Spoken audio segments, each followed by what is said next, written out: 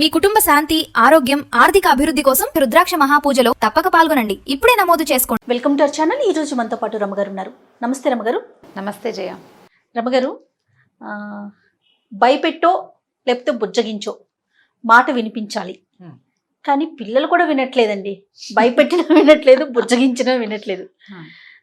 అసలు మనం అలా చేయగలుగుతామా? పిల్లల దగ్గర నుంచి పెద్దవారి వరకు మనకి కామెంట్స్ కూడా కొన్ని వస్తూ ఉంటాయి.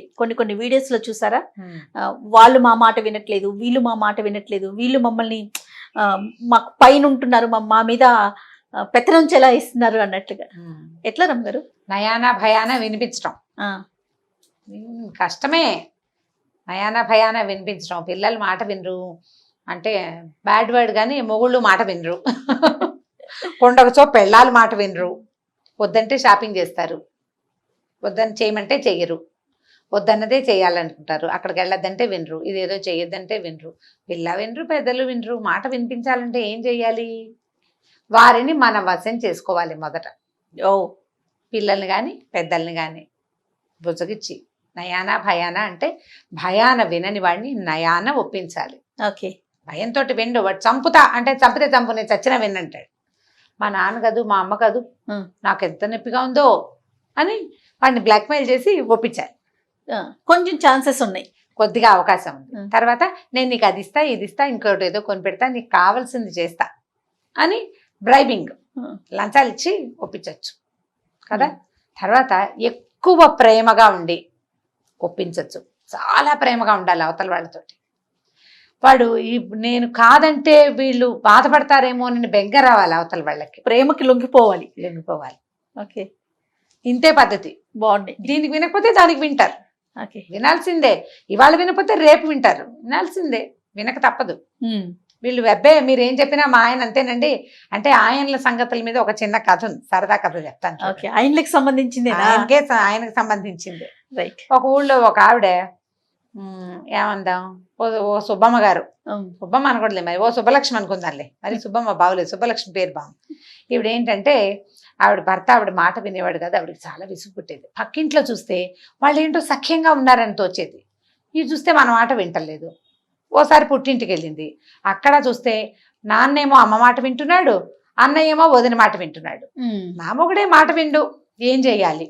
వాళ్ళని వీళ్ళని అందరినీ అడిగేది, మొగుడు మాట వినాలంటే ఏం చేయాలి, ఏం చేయాలి, ఏం చేయాలి, ఏం చేయాలి అని. ఇదే ప్రశ్న, ఏం చేయాలండి అని అడుగుతూ ఉంటారు. మంది కూడా అడుగుతారు చూడు చాలా మంది. అడగ్గా సరే ఏమైంది, ఆవిడున్న ఊరికి ఒక యోగీశ్వరుడు వచ్చాడు. ఓకే, అయితే ఊళ్ళో వాళ్ళంతా ఆయన దగ్గరికి మంచి మాటలు వినడానికి వెళ్తున్నారు.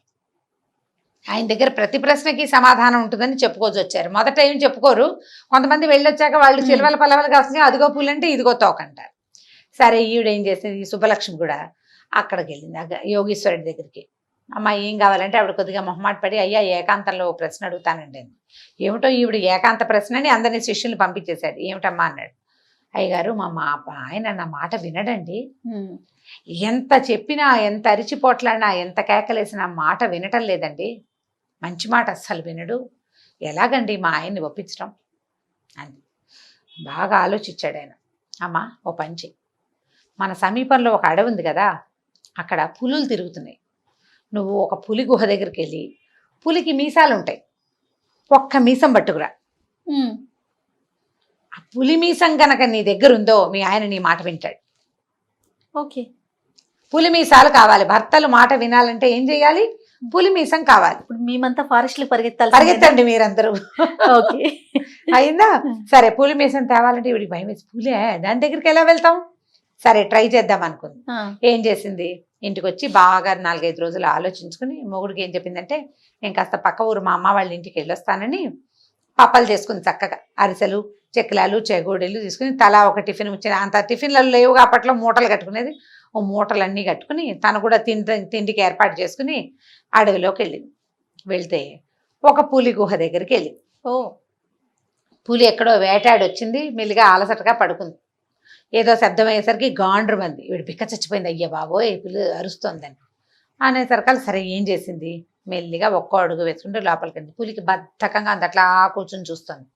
ఈవిడేం చేసింది, మూట ఓపెన్ చేసింది. అరిసెలు గుమాయించినాయి వాసన. బయట అయితే పెద్దగా వాసన రాదు అడవిలో, గుహలోకి వెళ్ళేసరికల్లా గాలి అటు ఇటు బారదు కదా, వాసన వస్తుంది. పులికి మూతి నాక్కుంది, అది అమ్మో ఏదో తీయటి వాసన వస్తుంది, ఏమిటో ఆ వాసన చూద్దాం అనుకుని లేచిది వచ్చింది. దగ్గరకు వచ్చేసరికి ఇది ఏం చేసింది, మెల్లిగా ఓ అరిసె దాని ముందు పెట్టింది. పులి ఆ అరిసెని తినదు, చూస్తోంది ఏమిటో కొత్త వస్తువు చాలా బాగుంది. తర్వాత ఏం చేసింది, ఓ చెక్కిలము, ఓ చేగోడి, ఓ బూందీ లడ్డు పెట్టింది. అన్నీ భోజనం చేసేసింది. పులి కూర్చుంది పక్కనే వచ్చి. తీయటి పదార్థాలు పెడుతుంటే ఫ్రెండ్షిప్ కుదరదు, బాగా కుదురుతుంది. అక్కడి నుంచి సరే పులి ఆవిడ కాస్త ఫ్రెండ్షిప్ చేశారు. మామూలుగా ఏమవుతుంది, మన పక్కన జంతువులు వచ్చి కూర్చున్నాయి అనుకో, అసంకల్పిత ప్రతీకార చర్యలాగా మన చేతులు వాటి మొహం మీదకి వెళ్తాయి కదా. ఇప్పుడు ఇవన్నీ పెట్టింది కదా, ఆవిడ మీద చెయ్యేస్తే ఆవిడ అదేం అనలా పులి. ఈవిడ చక్కగా తల నిమిరింది. నిమిరాక సంచులు పుచ్చుకొని బయటకు వచ్చేసింది. 2-3 రోజులకు ఒకసారి ఊరు వెళ్తానని చెప్పి ఆవిడ 4 అరిసెలు చేసుకుని, 2 గారెలు చేసుకుని, 3 బూరెలు చేసుకుని చెత్త పుచ్చుకెళ్ళేది. ఈ పులి గుహకి వెళ్ళింది ఒక 10 సార్లు వెళ్ళేసరికల్లా 4-5 రోజులు గడిచేసరికి ఈ పులి అమ్మేది స్వీట్లు తేవట్లేదని వెయిట్ చేసే పరిస్థితి వచ్చింది. చూస్తోంది అది కడుపు నింపేసుకుని తర్వాత తీపి తినడానికి ఫుడ్ ఆహారం తర్వాత ఏమనాలి దాన్ని డిజర్ట్ కోసం ఎదురు చూస్తుంది అనమాట. డిజర్ట్ తింటారు కదా స్వీట్. సరే ఇలా 10 సార్లు వెళ్ళిన తర్వాత ఈవిడ పులి దగ్గర కూర్చుని ఆవిడ తెచ్చిన పదార్థాలు పెట్టి ఒక మీసపు వెంట్రుకని టక్కిని లాగింది. రోజు స్వీట్లు తెచ్చిపెట్టే వాళ్ళు మీసాలు లాగితే మాత్రం ఏమనుకుంటుంది, పులి ఏమి అనలా. ఆ తెంపిన మీసం చేతపుచ్చుకుని అమ్మయ్య దొరికిందిరా దేవుడా, ఇన్ని రోజులు ట్రై చేశానని ఆ పులి మీసం పట్టుకుని ఆ మేఘాల మీద యోగీశ్వరుడి దగ్గరికి వెళ్ళి ఆయన అప్పటికే ఆ ఊరు వదిలిపెట్టి వెళ్ళిపోయాడు, పక్క ఊరు వెళ్ళిపోయాడు. పక్క ఊళ్ళో ఉన్నాడని తెలుసుకుని అక్కడికి వెళ్ళింది. అయ్యగారు ఇదిగోనండి పులి మీసం తెచ్చాను, ఇప్పుడు ఏం ప్రక్రియ చేయాలో చెప్పండి. పులిమీసము నీ దగ్గర ఉండాలన్నాడు. పులిమీసంతో మొగుడిని ఎలా ఆడిచ్చాలో కనుక్కోవద్దు, ప్రక్రియ కావాలి కదా. ఇప్పుడు మీరంతా అడవులకు వెళ్ళి తెచ్చుకుంటారు, తెచ్చుకున్న తర్వాత ఈ వెంట్రుకతో ఏం చేయాలో ట్రిక్ మేము చెప్పాలి. ఇప్పుడు చెప్పండి. అప్పుడు ఈయన అన్నాడు, అమ్మా ఇది ఎలా తెచ్చావన్నాడు. పులిని మచ్చిక చేసుకున్నానండి తెచ్చానండి. ఏమ్మా చంపేసే హింస మృగాన్ని మచ్చిక చేసుకున్నావు, మొగుడిని మచ్చిక చేసుకోవడం రాదు, మొగుడిని మచ్చిక చేసుకోవడం రాదు నీకు, నువ్వేం చేసావు, దానికి ఏం కావాలో అది ఇచ్చావు. దానికి తెలియని ఒక కొత్త దాన్ని, దానికి కావాల్సిన దాన్ని దానికి అలవాటు చేసావు, తెలియని ఒక కొత్త దాన్ని, అది దానికి కావాలనిపించేలాగా చేసావు. చెప్పింది కదా చేసిన ప్రక్రియ అంతా. కావాలనిపించాక నువ్వు ఏం చేస్తే దానికి ఒప్పుకుంటుంది. మొగుళ్ళు కూడా అంతేనమ్మా అన్నాడు. ఈవిడ ఆ పులిమీసాన్ని అటు ఇటు తిప్పి చూసుకుంది, ఇంకా చేసేదేం లేదు. సరే ఇంటికి వచ్చేసింది. ఆ తర్వాత మా ఆయన నా మాట వినడు అని ఆవిడ ఎప్పుడు అనలా. పులులు వాటి పని అవి చేసుకుంటాయి, దాని వేట అది ఆడుకుంటుంది, దాని పనిలో దాని ఇష్టం. అది నీ దగ్గర ఉన్నప్పుడు నీ మాట వినాలి. నువ్వు బయట ఏం చేస్తావో కూడా నా మాటే వినాలని ఆడవాళ్ళు అడగకూడదు. దాన్ని వేటాడనివ్వాలి, దాని పద్ధతి ప్రకారం దాన్ని జీవించనివ్వాలి. అది నీతో ఉన్నప్పుడు నీతో బాగా ఉండేలాగా చేసుకోవాలి. ఇది ఆడవాళ్ళకి పాఠం చెప్పాడు అనమాట యోగేశ్వరుడు. కాబట్టి నువ్వు చక్కగా మొగుడితోటి బాగా ఉండమ్మా, ఆయన నీతో ఉన్నప్పుడు నీ మాటే వింటాడు, బయటికి వెళ్ళినప్పుడు ఆయన పని ఆయన చేసుకుంటాడు, ఆయన వ్యాపారం అయింది, దాంట్లో నువ్వు వేలు పెట్టకూడదు. పులి ఏదైనా ఒక లేని పట్టుకుంటే నువ్వు లేని పట్టుకోవద్దంటే అది ఒప్పుకుంటుంది, మనల్ని దాని బదులు నిన్ను పట్టుకుంటుంది. నువ్వు అన్నీ వద్దంటావు, అందుకే నీ మొగుడు నీ మాట విండు, నువ్వు కొన్ని వద్దను వింటాడు అని చెప్పి పంపేశాడు. ఈవిడ ఇంటికి వెళ్ళిపోయింది. హ్యాపీగా మొగుడితోటి కలకాలం సుఖంగా కాపురం చేసుకుంది. కథ కంచికి మనం ఇంటికి. చాలా బాగుంది రమ్మగారు ఈ కథ. జస్ట్ పావు పేజీ కథ. ఓకే, నేను మీకు 1/2 గంట చెప్పానా? చాలా బాగుంది.